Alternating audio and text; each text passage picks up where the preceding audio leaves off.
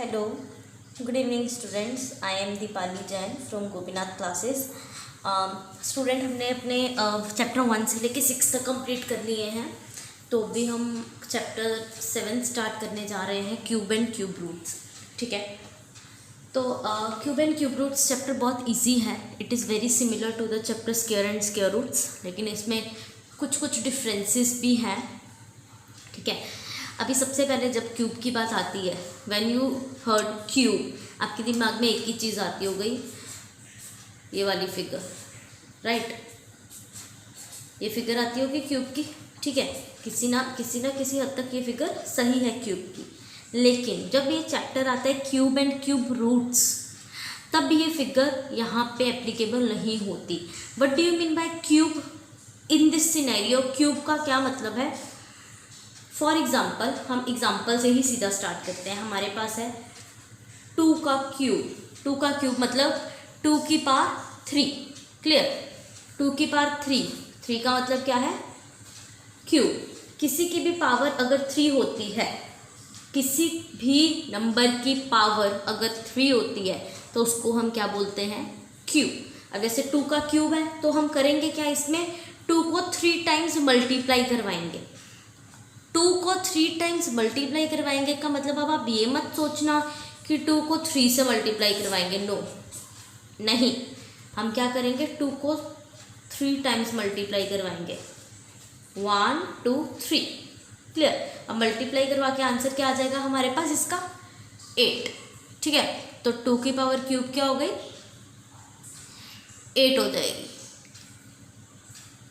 Clear? अभी कोई भी नंबर की आपसे पूछ सकते हैं क्यूब. मान लो आपसे पूछा 4 का क्यूब क्या है, तो 4 का क्यूब क्या होगा? आपने 4 को क्या करना है? 3 टाइम्स मल्टीप्लाई करवाना है. क्लियर? आपसे पूछा 7 का क्यूब क्या है, तो आपको ने क्या करना है? 7 को 3 टाइम्स मल्टीप्लाई करवाना है. So this is the cube. Clear? ये था हमारा फर्स्ट टॉपिक अबाउट क्यूब. अभी हम चलते हैं हमारे सेकेंड टॉपिक पे. सेकेंड टॉपिक हमारा क्या है? Perfect cube. कि परफेक्ट क्यूब क्या होता है? अब देखिए, परफेक्ट स्क्वायर क्या होता था? परफेक्ट स्क्वायर होता था कि एक नंबर है जिसका परफेक्ट स्क्वायर है. जैसे 4 है, 4 is a perfect square. 4 is a perfect square. क्यों? क्योंकि इसका क्या होता था? स्क्वायर रूट 2 होता था. ठीक है. 9 है, 9 इज अ परफेक्ट स्क्वायर, क्योंकि इसका स्क्वायर रूट क्या होता था? 3 होता था. वैसे ही होता है परफेक्ट क्यूब, जिसका एक परफेक्ट क्यूब रूट हो, वो उसको हम बोलते हैं परफेक्ट क्यूब. अब हमें कैसे पता चलेगा कि क्या परफेक्ट क्यूब है, क्या परफेक्ट क्यूब नहीं है? क्या करेंगे हम इस पर? मान लीजिए हमारे पास एक नंबर है. मेरे पास नंबर, कोई भी नंबर है, मान लीजिए 8 है मेरे पास नंबर. तो ये एक परफेक्ट क्यूब है या नहीं है? कैसे पता चलेगा? सबसे पहले हम क्या करेंगे? 8 के प्राइम फैक्टर्स लेंगे. 2 4 ज़ा 8, 2 2 ज़ा 4, 2 1 ज़ा 2. क्लियर? अब मेरे पास 3 टाइम्स 2 आया. मेरे पास 3 टाइम्स 2 आया, मतलब कि मेरे पास एक ट्रिपलेट का सेट है. मेरे पास एक सेट है ट्रिपलेट का. ठीक है. अगर हमारे पास कोई भी नंबर है, कोई भी, मैं नहीं कहती 8, कोई भी नंबर है, अगर प्राइम फैक्टर्स करने के बाद उसका ट्रिपलेट का सेट आता है, तो वो एक परफेक्ट क्यूब है. ट्रिपलेट का सेट मतलब 3 सिमिलर नंबर्स और उसका एक सेट. क्लियर? 3 सिमिलर नंबर पे कुछ भी हो सकता है. 2 2 2, 3 3 3, 4 4 4, 5 5 5, 6 6 6, 7 7 7, 8 8 8, 9 9 9, 1 1 1, कुछ भी. मतलब कि ट्रिपलेट का जब सेट आएगा आपके पास, तो मतलब वो एक परफेक्ट क्यूब है. क्लियर? अब जैसे मान लीजिए मैं कोई और नंबर ले लेते हैं. जैसे हम 12 ले लेते हैं. अभी जैसे 12 है, अगर हम 12 का करेंगे तो क्या होगा? 2 6 ज़ा 12, 2 3 ज़ा 6, 3 1 ज़ा 3, यही होगा. अब इसमें ट्रिपलेट का सेट है? नो. इसमें क्या है मेरे पास? 2 मल्टीप्लाई बाय 2 मल्टीप्लाई बाय 3. तो ये ट्रिपलेट का सेट नहीं है, मतलब कि ये परफेक्ट क्यूब नहीं है. परफेक्ट क्यूब आपके पास वही होगा जिसमें आपके पास ट्रिपलेट का सेट होगा। अभी हम एक और एग्जांपल ले लेते हैं, हम 216 उठाते हैं, ठीक है। 216 का अगर हम प्राइम फैक्टर करें तो क्या होगा, 2 1 जा 2, 2 8 जा 16, ठीक है, 2 5 जा 10, 2 4 जा 8, 2 2 जा 4, 2 7 जा 14, 3 9 जा 27, 3 3 जा 9, 3 1 जा 3। अब इसमें 2 कितने टाइम्स आया, 3 टाइम्स आया, और 3 भी कितने टाइम्स आया, 3 टाइम्स आया।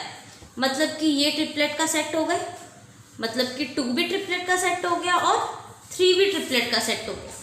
इसका यही मतलब हुआ कि 2 भी ट्रिपलेट का सेट है, 3 भी ट्रिपलेट का सेट है। इसका मतलब जो 216 है वो क्या है, एक परफेक्ट क्यूब। वो क्या है, एक परफेक्ट क्यूब। क्लियर। तो परफेक्ट क्यूब का टॉपिक हमारा क्लियर होता है यहाँ पे। अब मान लो मेरे पास एक नंबर परफेक्ट क्यूब नहीं है, मुझे उसे परफेक्ट क्यूब बनाना है। तो परफेक्ट क्यूब बनाने के लिए वो हमें क्या कहेगा, या तो मल्टीप्लाई करो या किसी नंबर को डिवाइड करो कि वो एक परफेक्ट क्यूब नंबर बन जाए, जैसे हमने स्क्वायर एंड स्क्वायर रूट्स वाले चैप्टर में किया था। अब इस चैप्टर में भी सिमिलर होगा, इसमें भी बिल्कुल सिमिलर होगा। या तो हमें क्या करना होगा, मल्टीप्लिकेशन करना होगा, क्लियर, या हमें क्या करना होगा, हमें डिवीजन करना होगा, ठीक है।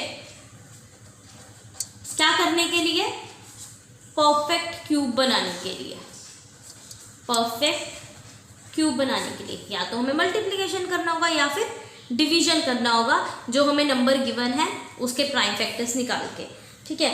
अब कुछ भी नंबर हम ले सकते हैं इसमें,